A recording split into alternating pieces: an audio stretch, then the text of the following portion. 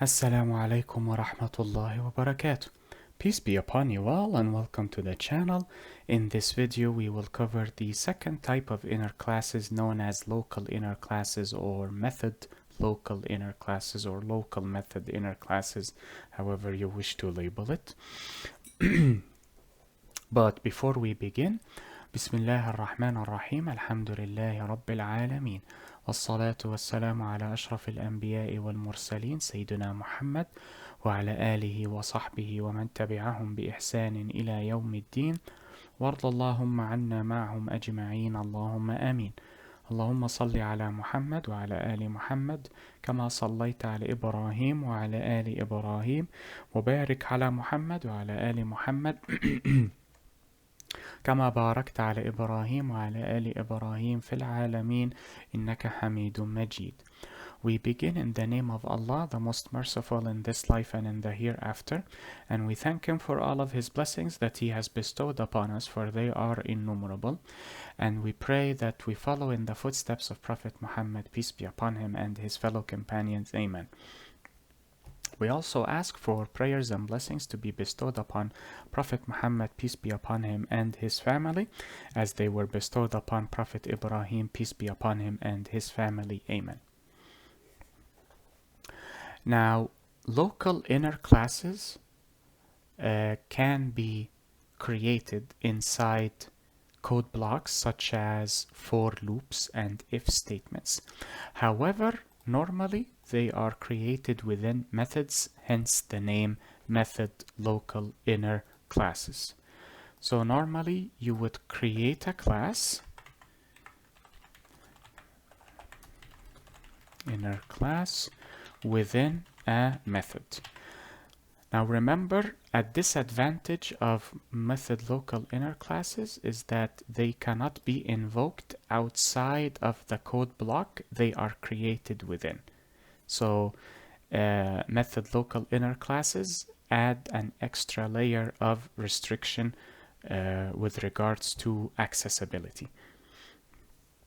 Now, how will we access or invoke or create an object of the local inner class? Well, for this particular class, at least in the driver class, we do not create an object for it. We simply create an object of the outer class, then invoke the method using the outer class object, and that method is the one that contains the inner class.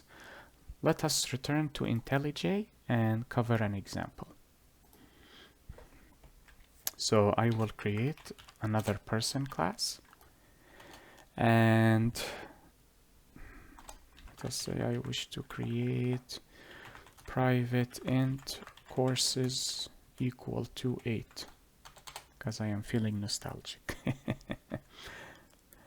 Then I will create a method for the person class, and I will say void display courses, just as an example. Now within this method, I will create an inner class. So I will say class student, and within that class,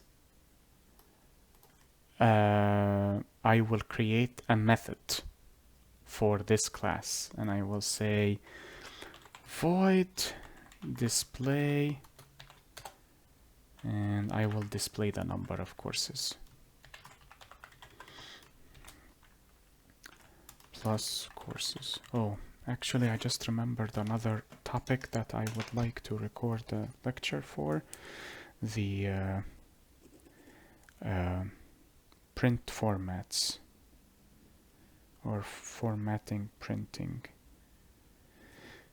Yeah, and format specifiers. That would be a good lecture, and we can also cover string interpolation. Okay.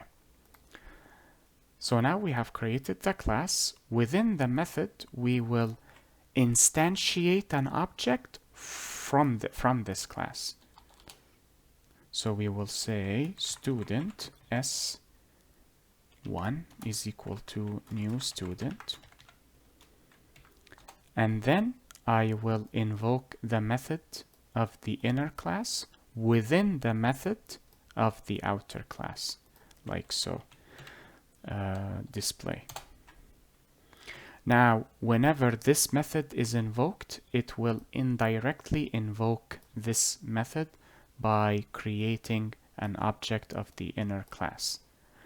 Now let us return to the driver class and see how we can invoke this method.